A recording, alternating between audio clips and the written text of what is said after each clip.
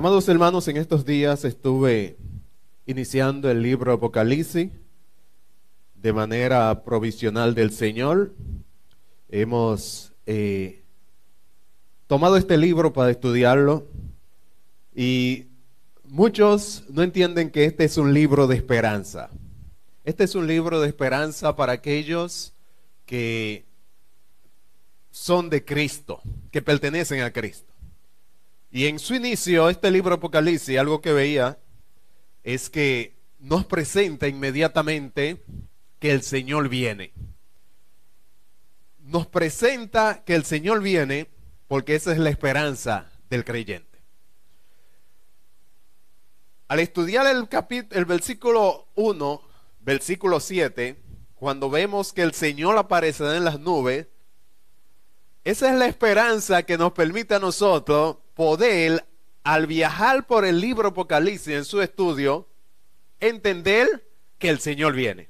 Así que mi sugerencia en todo este tiempo es que cambiemos aún nuestro saludo y que nuestro saludo realmente sea Maranata. Sé que será difícil para los creyentes después de estar tanto tiempo con un saludo que está ya insertado en nuestra mente, en nuestros corazones, pero creo pertinente en este tiempo entender que una de las cosas que tenemos que animarnos es que el Señor viene. El libro Apocalipsis comienza diciendo que el Señor viene y va a terminar diciendo, ven Señor Jesús. Así que esperamos que a través de esta promesa del Señor, nosotros entendamos que los creyentes en medio de los tiempos tenemos esperanza. Ahora, no vamos a hacer como hizo la iglesia de Tesalónica o como han hecho otros grupos que han tomado esta promesa y se han alejado de todo. Nosotros entendemos que aún la palabra del Señor tiene para nosotros en medio de la espera de que venga Cristo, que nosotros tenemos una vida que debemos vivir. Esta vida nueva que el Señor nos ha dado es una vida que tiene que, aún en espera del Señor, poder vivir una vida conforme a lo que Dios nos ha prometido. Así que hemos tomado el tema para hoy, que aprovechemos al máximo el tiempo malo. Que le saquemos el mayor provecho a este tiempo malo. Y yo voy a leer allí en Efesios, capítulo 5. En todo este capítulo, el apóstol Pablo, tal pareciera que muchos de los hermanos allí en Éfeso comenzaron a hacer algunas prácticas, algunas acciones que no correspondían a la nueva vida que tenían. Todo lo que nosotros vemos en este capítulo 5, el apóstol Pablo está haciendo exhortación a no participar en las obras infructuosas de la tiniebla, a que andemos como hijos de luz, y comienza entonces una serie de exhortaciones para que nosotros podamos entender que esta vida que nosotros tenemos, aún en espera del Señor, nosotros tenemos que vivirla de una manera que glorifique y que alabe el nombre de Dios. Y para eso, el apóstol Pablo va a dar algunas exhortaciones que yo creo pertinentes en este tiempo, en estos días. Voy a leer desde el versículo 16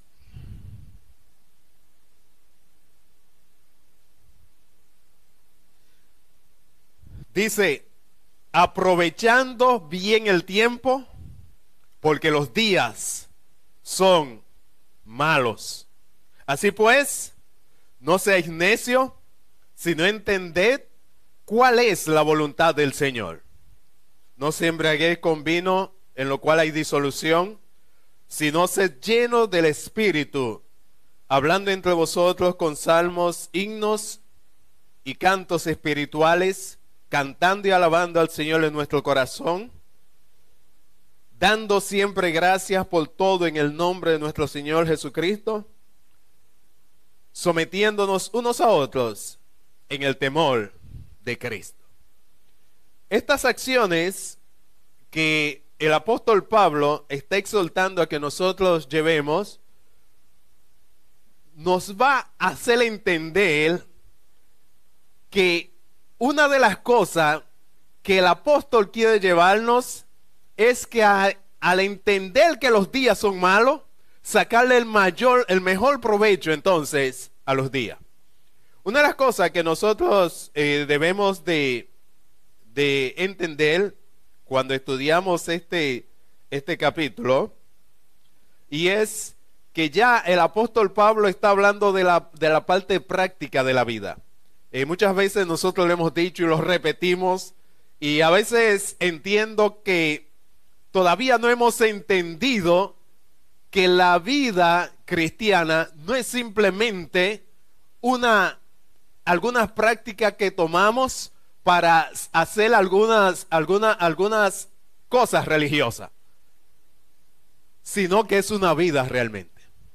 Es una vida porque necesita algunas acciones para poder vivir. De tal manera que el mismo apóstol, si usted se fija, le dice aquí mismo, en Efesios capítulo 5, les va a decir aún a los hermanos allí, por lo cual dice, levántate, despiértate tú que duermes, levántate de los muertos y te alumbrará Cristo. Mirad con diligencia cómo andéis. Está diciendo que nuestra vida es un proceso de acciones que van cada día a mantener lo que es el funcionamiento bien de nuestra nueva vida en Cristo Jesús. Yo quiero entonces, conociendo eso, que nosotros podamos entender cómo nosotros podemos sacar el mayor provecho en estos días malos, en este tiempo en lo cual estamos viviendo. Y dicho sea de paso, todavía podemos entender que los días no son tan malos como habrán de llegar. Todavía estamos, por la gracia de Dios, viviendo en tiempos buenos comparativamente con lo que viene. Cuando nosotros estudiamos el libro Apocalipsis, nosotros vemos todo esto que Dios dice que habrá de venir sobre este mundo en la ira de Dios. Todavía podemos decir que por la gracia de Dios estamos viviendo en tiempos que, aunque son difíciles, tenemos todavía la gracia de Dios sobre cada uno de nosotros. Así que yo quisiera que veamos 8 cosas para sacar el mayor provecho en este tiempo, según este texto que hemos leído. Lo primero es que nosotros vamos a ver la primera acción que debemos hacer para poder sacar el mejor provecho en estos días malos. Y está en el versículo 16, que nos va a decir en esa primera parte, aprovechando bien el tiempo. Sacarle el mayor provecho al tiempo. Y cuando hablamos acerca de eso, nosotros podemos entender que el apóstol Pablo nos está diciendo que hay acciones que nosotros debemos realizar, que es lo que realmente nos aprovecha, que es lo que realmente al creyente en esta vida le aprovecha. Es como cuando un nutricionista o alguien les recomienda a cualquier persona que está débil, que está anémico, y le dice, mira, para tú aprovechar bien los alimentos que hay, tiene que comer esto, tiene que comer aquello, porque eso es lo que va a nutrir tu organismo. El apóstol Pablo ahora va a dar algunas recomendaciones para que nosotros podamos entender cómo sacarle el mayor provecho a este tiempo malo. Lo primero es que nosotros debemos entender que hay que aprovechar el tiempo. ¿Cuántas veces en nuestras predicaciones hablamos acerca de que aprovechemos reuniéndonos, que aprovechemos el tiempo para orar juntos? Porque decíamos que no sabemos el tiempo en que no lo podremos hacer. Estamos en estos días viviendo lo que muchas veces anunciamos. Habrá tiempo que tal vez no podamos estar juntos. Aprovechemos el tiempo juntos. Aprovechemos el tiempo orando al Señor. Aprovechemos el tiempo haciendo las acciones que podemos hacer, porque no sabemos cuándo no lo podremos hacer. Y estamos ya viviendo lo que habíamos dicho que podía llegar y que llegará peor. La Biblia nos dice que habrá terremotos. Si sucede una catástrofe o cualquier situación difícil, ya es imposible tal vez que la iglesia se reúna. Si se destruye el templo, si no tenemos donde reunirnos. Así es que el apóstol Pablo nos está diciendo que en estos tiempos malos, aprovechemos el tiempo. Saquémosle el mayor provecho al tiempo. Y él va a presentar no tan solamente como congregación, sino como familia, sino como esposo. Saquemos el mayor provecho al tiempo que tenemos. Esa es la primera acción que nosotros debemos entender, que el apóstol nos está admonestando, a sacarle el mayor provecho al tiempo. Y creo que es pertinente en estos días que cada uno está ahora en su casa, cada uno está en su hogar, poder entender a esto que hay que sacarle el mayor provecho al tiempo. Yo entiendo que esto ha sido algo que muchas veces analicé diciendo, ¿cómo es que Dios hará que su iglesia pueda poner completamente su mirada al cielo y esperar a Jesús? ¿Cómo es que el Señor dice que nosotros no somos los que dormimos, sino que estamos en espera del Señor? Y en estos días entendí, al ver ahora, que cada uno de nosotros, de los creyentes, entendemos la necesidad de que el Señor venga. Y digo, wow, es cierto, el Señor tiene toda la sabiduría que nosotros necesitamos. Así es que la primera parte de estas acciones es que entendamos que hay que sacarle el mayor provecho al tiempo. La segunda cosa es que nos dice el versículo siguiente, nos dice, ¿cómo podemos hacerlo? Así pues, no seáis necio, no seáis necio. Y esta palabra me llamó mucho la atención. Necio. Decirle a la iglesia, no sean necios, me llamó mucho la atención. Y digo, wow, pues si aún el proverbio nos dice que el necio dice en su corazón que no hay Dios. Todas las palabras que mencionan necedad siempre se refieren a los impíos. ¿Por qué el apóstol Pablo está amonestando a que no seamos necios? A que no seamos necios.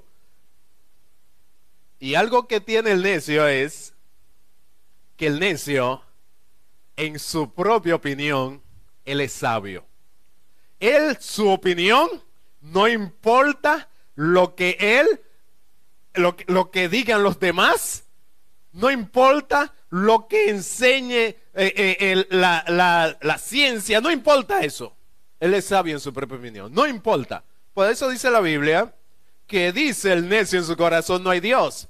No es porque él no puede ver la grandeza de Dios, es que él mismo en su corazón él dice no hay Dios, no existe Dios. Y eso él lo profundiza tanto en su corazón que ya él mismo esa mentira lo hace como una verdad para él. Y eso lo hace un necio. Y la Biblia no está aquí exhortando, hermanos, a que nosotros no seamos necios. Necio en el sentido de que en este tiempo malo, que nosotros podamos tomar nuestra propia opinión como la real, como la que se debe hacer y no variarla, no ceder a nuestra posición, no cambiar, no rendirnos ante la posición que Dios presenta. Así es que cuando nos llama a que no seamos necios, nosotros debemos entender, hermano, que nos está diciendo: no tomes tu propia opinión como la sabiduría, sino, nos va a decir en la otra parte, sino, sed entendido de cuál es la voluntad de Dios. El contraste está entre lo que yo entiendo que es la realidad y lo que realmente es la voluntad de Dios. Lo que yo entiendo que es lo que yo debo hacer y lo que Dios quiere que yo haga. Ese contraste nos permite a nosotros en este tiempo poder vivir con una sabiduría que nosotros podamos entonces entender cuál es la voluntad de Dios. En esta primera parte de no ser necio, yo quisiera que nosotros podamos ver algunas cosas que pudieran llevarnos a ser necios. Una de las cosas, como acabo de decir, y que nos dice la palabra del Señor, como el necio es en su propia opinión, él toma una idea, lo hace una verdad para él y no la varía. Él entiende que eso es así, aunque pudiera los demás demostrarle que no es así, aunque la Biblia le demuestre que no es así, él entiende que él va a hacer lo que él haya tomado como verdadero. Y una de las cosas es, hermano, en este tiempo, cuántas veces la Biblia nos ha enseñado a que nosotros debemos de estar orando al Señor, de que debemos de estar, permanecer como pueblo de Dios, dependiendo del Señor. Es de necio entender que usted y yo podemos vivir nuestra vida independiente del Señor. Es de necio entender, porque la Biblia es que nos está diciendo que nosotros sin el Señor nada podemos hacer. Y es de necio entender que usted puede vivir su vida independiente del Señor. El Señor nos llama en muchas partes a que nosotros nos mantengamos en oración, dependiendo de Dios, a que nosotros podamos depender de Dios. Y es de necio que aún nosotros, viendo la situación en que estamos, nosotros seguir entendiendo que nosotros estamos bien solamente orando 1 minuto, 2 minutos, o haciendo en cualquier momento que tengamos una dificultad, una oración a Dios. Cuando la Biblia lo que nos dice es que debemos estar orando siempre en oración. Es de necio no tomar nuestra propia decisión y hacer lo que nosotros entendemos que es lo correcto. Así es que nos va a llamar en primer lugar a que no seamos necios. Y yo recuerdo ese corito cuando era pequeño. Siempre, por eso yo quisiera siempre que pudiera quedar una canción en los niños, que ellos se graben esa canción, porque esa canción va a permanecer en su mente, en su corazón. El hombre necio su casa construyó sobre la arena que él escogió.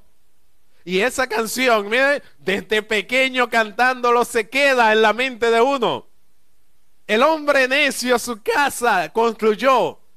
Hermanos, y nosotros en este tiempo nos está llamando, en este tiempo malo, a aprovechar sacándole el mayor provecho, abandonando la necedad.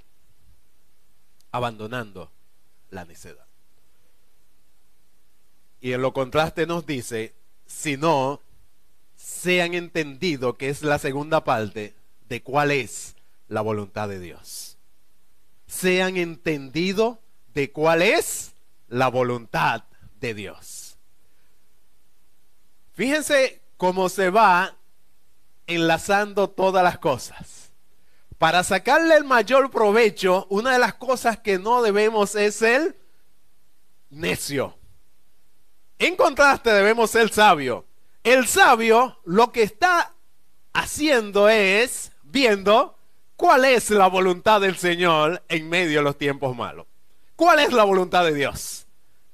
Esa es una pregunta que tal vez si yo le hago, ¿sabe usted cuál es la voluntad de Dios para su vida? ¿Está usted, estoy yo, cada día, en todas las acciones que yo hago, entendiendo que esa es la voluntad de Dios? Tal vez usted ni se pregunta eso. Yo veo a personas muchas veces, cuando tenemos que tomar alguna decisión, como congregación, y yo veo cómo ellos pueden hacer inmediatamente su sugerencia, como que si se tratara de que conocen lo que es la voluntad de Dios. Y una de las cosas que nos va a decir el libro de Romanos, el capítulo 12, así que hermanos, os ruego por la misericordia de Dios, que os presentéis vuestro cuerpo en sacrificio vivo, santo, agradable a Dios, que es vuestro culto racional. No os conforméis a este siglo, sino transformaos por medio de la renovación de vuestro entendimiento, para que comprobéis cuál sea la voluntad de Dios, agradable y perfecta. Una de las cosas, hermanos, es que para conocer la voluntad de Dios en nuestras vidas, nosotros debemos de transformar nuestro modo de pensar. No podemos pensar como piensan los demás y entender que entender que nosotros podemos conocer la voluntad de Dios así. Cuando una persona se me acerca, inmediatamente me da su opinión y yo le pregunto, ¿tú has orado por eso? ¿Tú has pedido al Señor tu dirección en cuanto a esto? Muchas veces se queda en silencio, otras veces pudiera justificarse, entendiendo que lo que él está diciendo es algo bíblico. Sin embargo, hermano, una de las cosas que nosotros debemos entender en cuanto a la voluntad de Dios es que no consiste en nosotros simplemente tener algunos conocimientos de la palabra del Señor. Consiste en que nosotros podamos aplicar esos conocimientos en la medida, en la dirección que Dios quiere que nosotros la compartamos. ¿Cuántas personas conocen de la palabra de Dios? Eso no es suficiente para conocer la voluntad de Dios. Se necesita, como nos dice allí en Romanos, tener cada día una transformación de nuestra mente, entender cada día que nosotros no podemos actuar según el mundo. Y estos serían, cada uno de estos puntos serían un punto de mensaje.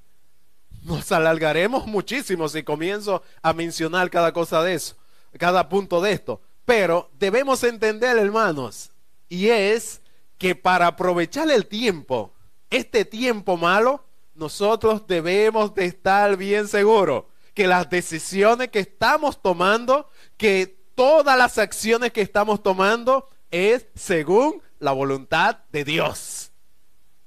Porque si lo está tomando según el criterio del mundo, según lo que el mundo presenta, oiga, esas pudiera ser provechoso en el mundo, pero para la iglesia lo único provechoso es que hagamos lo que es la voluntad de Dios. Es por eso que dice ese versículo, así pues no seáis necios, sino entended cuál es la voluntad de Dios.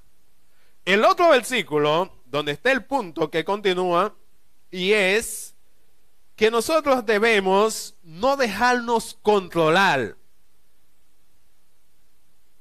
Cuando nos dice, no os embriaguéis con vino, en lo cual hay disolución. Tal vez el apóstol en estos momentos está hablando literalmente del vino.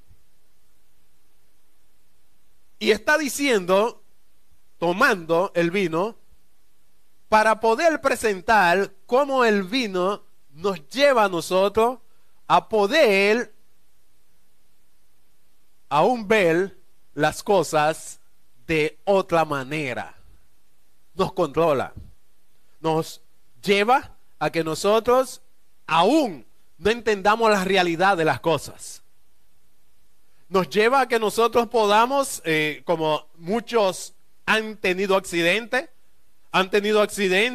bien guiado por el vino, y es porque ven de frente a un vehículo y no saben distinguir a qué velocidad viene este vehículo para hacerle un rebase.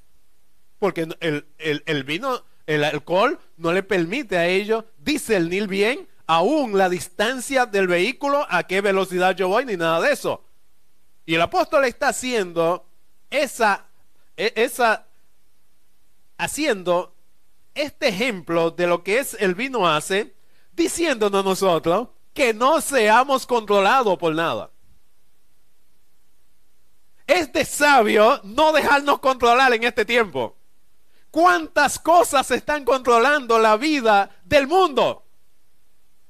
Una de las cosas que nosotros debemos entender es que en estos días de tantas informaciones, hay hermanos, hay personas que están totalmente embriagados solamente de informaciones. Todo lo que tienen en su mente es informaciones. Que habla habla aquel, habla todo el mundo hablando del tema. Que ni lo quiero mencionar para que no entremos en lo mismo. Yo lo que quiero es que nosotros en medio de este tiempo podamos sacarle el mayor provecho en esta vida nueva que el Señor nos ha dado. No nos dejemos controlar por todo lo que está pasando en el mundo. Nosotros tenemos una vida en Cristo Jesús. Nosotros tenemos esperanza. Nosotros tenemos todo el mecanismo para poder nosotros depender totalmente en Dios. Tenemos su palabra, tenemos el Espíritu Santo, tenemos la exaltación de los hermanos. No nos dejemos controlar, que el mundo quiere controlarnos a través de las informaciones. Aunque usted no lo crea, una de las cosas que controla el pensamiento de las personas son las informaciones.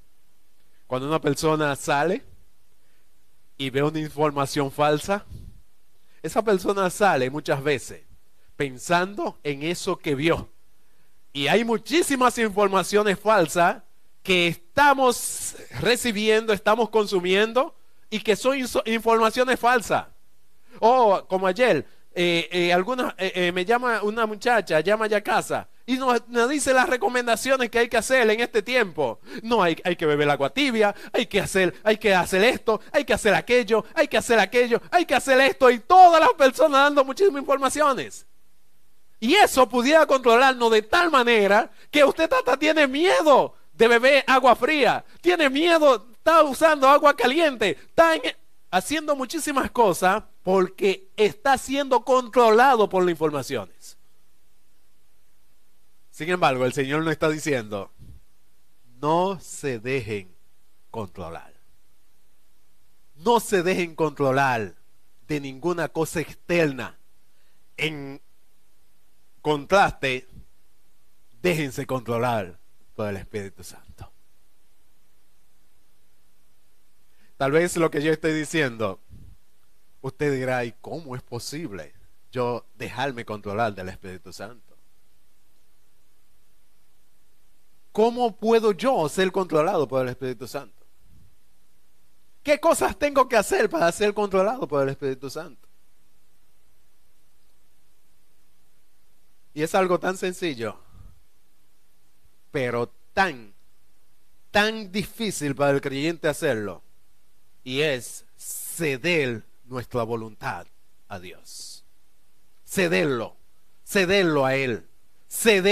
Ir cediendo cada día nuestra voluntad, de tal manera que cuando veamos nuestra vida podamos decir como el apóstol Pablo: ya no vivo yo, porque hemos cedido toda nuestra vida al Espíritu Santo.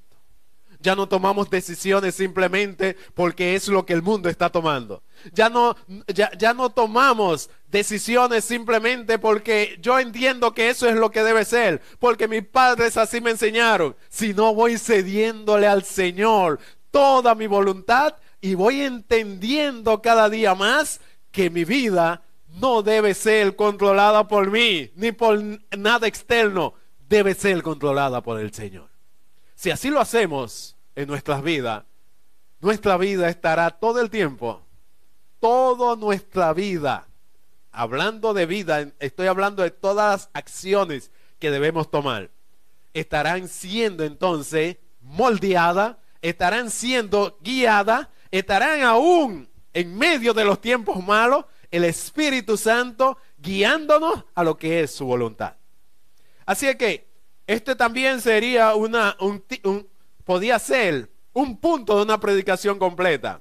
Y no tenemos todo el tiempo para cada uno de estos puntos. Pero si se le queda algo de cómo ser controlado por el Espíritu Santo, oiga, cedamos nuestra vida al Señor. Cedémosle al Señor nuestra voluntad. Cedémosle al Señor nuestra voluntad. No seas sabio en tu propia opinión. Todo va enlazado. No seas necio. Sé sabio al entender cuál es la voluntad de Dios. No te dejes controlar. Cédele al Espíritu Santo tu vida, tu voluntad. Todo eso será sacarle el mayor provecho en estos días malos. Ahora, una de las cosas que nos va a presentar ahora el apóstol en el capítulo 19 es que también debe haber en nuestros corazones la llenura de la palabra del Señor para que pueda salir aún de ella, canciones que glorifiquen al Señor. Dice, hablando entre vosotros con salmos, himnos y cantos espirituales, cantando y alabando al Señor en vuestro corazón. Una de las cosas que nos presenta ahora el apóstol es que al nosotros poder mantenernos llenos de la palabra del Señor, porque una de las cosas que cuando cedemos nuestra vida al Espíritu Santo es que la palabra de Dios es que será nuestro alimento diario. Ceder nuestra vida al Espíritu Santo es nosotros ceder nuestra voluntad a lo que es la palabra de Dios, y para eso tenemos que estar en la palabra del Señor. Cuando estamos llenos de la palabra del Señor, usted sabe que va a salir de su boca, de mi boca, alabanzas al Señor. Va a salir de allí acciones de alabanzas al Señor. Y es por eso que nos dice, cantando en vuestros corazones, cantando en vuestros corazones. Yo he estado observando la iglesia en sentido general, he ido observando. Y cada vez que observo, veo que cuando una canción de un artista X comienza, usted ve cómo comienza todo el mundo y lo cantan y todo eso. Y luego usted ve que eso se apagó y esa canción ni se acuerdan de ella. Pero aquí la palabra del Señor nos está diciendo que nosotros debemos de mantener en nuestros corazones salmos, himnos y cánticos espirituales. Eso nos hará cada día que en nuestras conversaciones, que en nuestro andar, en nuestra vida, nosotros no estemos llenos de otra cosa que no sea de la palabra del Señor. Otra cosa que nos va a decir es, y esta es otra de las acciones que debemos tomar, es dando siempre gracias por todo. Versículo 20, dando siempre gracias por todo en el nombre del Señor, de nuestro Señor Jesucristo, al Dios y Padre. Dando siempre gracias. Esta acción es muy importante, porque esta acción nos permitirá a nosotros, para poder sacarle el mayor provecho a estos días,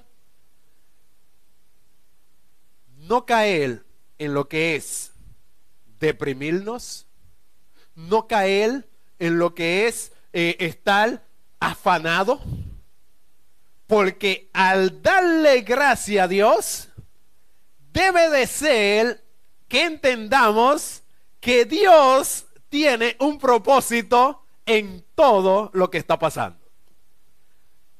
Si usted y yo entendemos no tan solamente esas cosas buenas que pasan en nuestras vidas, que Dios está tomando esto para que su nombre sea glorificado, nosotros podremos estar dando gracias a Dios siempre.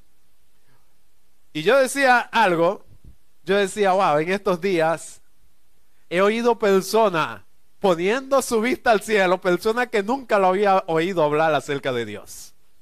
He visto en estos días malos personas hablando de Dios como nunca yo lo había oído hablar. Ahora, en el vocabulario de muchas personas, han entendido que Dios es necesario. Porque estamos viviendo algo que ellos no tienen el control. Y cuando el hombre se ve que no tiene el control para controlar algo, él entonces pone su mirada al cielo. Ahora, nosotros los creyentes debemos entender que todas las cosas que Dios está permitiendo en nuestro alrededor, Dios va a usar esa cosa para bien. Si no entendemos eso, no podremos darle gracias a Dios. Si no entendemos esto, vamos a entender que están sucediendo cosas que están fuera del control de Dios. Y fíjense que lo que estoy diciendo es tan verídico que muchas veces los creyentes, al darle gracias a Dios, solamente vemos cosas buenas que nos han sucedido.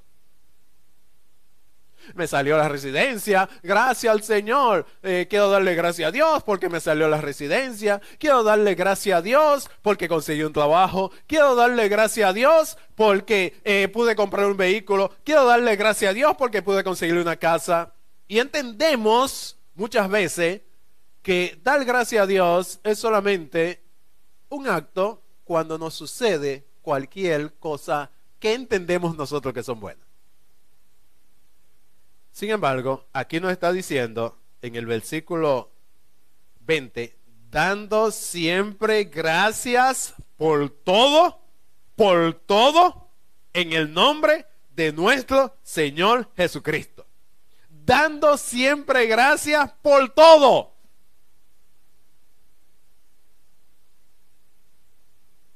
Dele gracias a Dios por la crisis que va a entrar en este país ahora. A que estoy seguro que muchos de nosotros no estamos dando gracias a Dios por eso. Porque todo señala que entrará una crisis. Y como alguien dijo, cuando comenzó el comunismo, que dijo, prepárense a administrar la pobreza.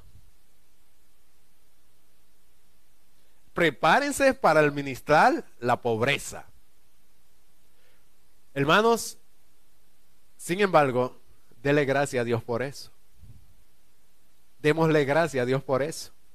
Porque tal vez eso haga que nuestra familia pongan su mirada al cielo. Tal vez eso haga que en el barrio nuestros vecinos pongan la mirada al cielo. Tal vez eso haga que nuestro presidente ponga la mirada al cielo. Tal vez eso haga que muchos de los funcionarios pongan la mirada al cielo. Démosle gracias a Dios por eso. Es por eso que la Biblia nos está diciendo, sácale provecho a este tiempo, viviendo de tal manera que tu vida no sea una vida sin fruto, una vida vacía, una vida que ahora mismo hay creyentes que están frustrados en sus casas. Y yo espero que si usted me está viendo, usted no sea de eso. Pero si está así, yo le estoy llamando la atención a que usted se levante, como nos dice allí en el versículo, en este mismo capítulo. Despiértate tú que duermes, levántate de los muertos y te alumbrará Cristo. Mirad con diligencia cómo andéis, no como necios, sino como sabios, aprovechando bien el tiempo, porque los días son malos. Y estamos llevando, hermano, este mensaje para que nosotros podamos entender que nosotros no somos como los demás que no tienen esperanza.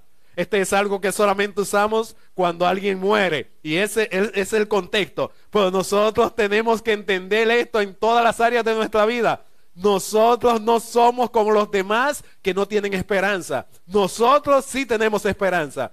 Nuestra esperanza es que el Señor viene. Y al saber eso, nosotros nos conducimos dándole gracias a Dios por todo, porque todo va a llevar a cabo, todo lo que el Señor va a hacer, estará llevando a cabo todo lo que es su plan hasta que el Señor venga. Démosle gracias a Dios por eso. Dios está llevando su plan. Así es que nos invita el apóstol, dale gracias a Dios en todo. Esto nos evitará tener que ir donde el psicólogo y tal vez posteriormente donde el psiquiatra. Tal vez nos permita a nosotros poder mantener cada día una vida, usted sabe cómo, alegre en el Señor, gozoso en Cristo Jesús. No importando lo que venga. Porque usted ha entendido que a los que aman a Dios, todas las cosas ayudan a bien. La otra cosa que va a presentar finalmente es sometiéndonos unos a otros en el temor del Señor. Y desde ese momento, desde que Pablo presenta esa exhortación, va a hablar todo lo que resta acerca de la familia. Y estamos hablando de sacar el mayor provecho. Y fíjense que el apóstol Pablo deja al final todo lo que tiene que ver con la familia. Lo deja todo lo que tiene que ver con la familia. Y deja allí plasmado algo, donde nos va a decir que todo radica en que nosotros podamos someternos al temor de Dios. ¿O cuántos esposos y esposas están viviendo como necios? Como necios. Todavía ven cómo su matrimonio se está dirigiendo. ¿Hacia dónde va su matrimonio? Todavía están viendo hacia dónde va su matrimonio. Lo están viendo cada día. Falta de respeto, falta de amor, falta de todas estas cosas. Y van y siguen tomando la misma actitud sin decirle, Señor, ¿qué tú quieres que yo haga con mi matrimonio? Sin rendirse a sus pies y decirle, Señor, ¿qué hago con mi matrimonio? El Señor te va a decir, ¿usted sabe qué? Sométete a mi temor. Sométete. Porque las acciones que va a tomar el esposo y la esposa, si no está sometido al Señor, no lo va a hacer. Es imposible hacerlo. Todas esas acciones que va a decir aquí el apóstol Pablo, para lo que es el matrimonio, para lo que son los hijos, para lo que es la esposa, es imposible si no está bajo el temor de Dios. Y aunque hemos repetido esto muchísimas veces, hay personas y hay hermanos que entienden que ellos son más sabios que Dios. Ellos entienden que su opinión, ellos no lo van a variar. Yo me crié así, a mí me enseñaron esto, la mujer tiene que hacer esto, yo tengo que... Hermanos, el apóstol Pablo, guiado por el Espíritu Santo, está diciendo que una vida llena del Espíritu Santo, controlada por él, es una vida que se va a someter a lo que es el temor de Dios. Someterse, ponerse debajo de lo que es el temor de Dios y decirle al Señor, Señor, yo no sé cómo vivir mi matrimonio. Yo necesito que tú me guíes. Señor, la mujer va a decir, Señor, yo no sé cómo someterme, pero yo me someto por amor a ti. Y lo que tú me digas que yo haga, yo lo voy a hacer. El hombre va a decir, Señor, yo soy brusco, rudo, yo no demuestro amor, pero tú me dices que ames a mi esposa. Y yo tengo mi propia forma de pensar. Pero tú me has dicho eso, y por temor a ti, yo me someto a lo que tú dices. Hermano, y eso evitará que usted tenga que ir a psicólogo. Eso evitará que usted tenga que ir a consejeros. Eso evitará que su matrimonio tome el rumbo de cada uno de cualquiera de los dos. Someterse al Señor significa que en el temor de Dios significa que usted y yo en medio de este tiempo, donde los matrimonios no tienen respeto, no tienen nosotros digamos, yo no voy a vivir como los demás, yo me voy a someter al Señor por temor a Él. Tal vez esto va a sonar como algo tan repetitivo, algo que ya pasó de moda, algo que ya estamos en el siglo XXI y que ya eso era en tiempo, tal vez cuando las personas podían vivir en una casita chiquita y que yo no sé cuál es su opinión, pero si tomó esa posición, eso significa que usted es un necio, porque el necio es sabio en su propia opinión. Dios nos dice que el funcionamiento de todo lo que tiene que ver con la familia, y más en estos días donde Dios nos ha dado la oportunidad de poder estar en familia, y no sabemos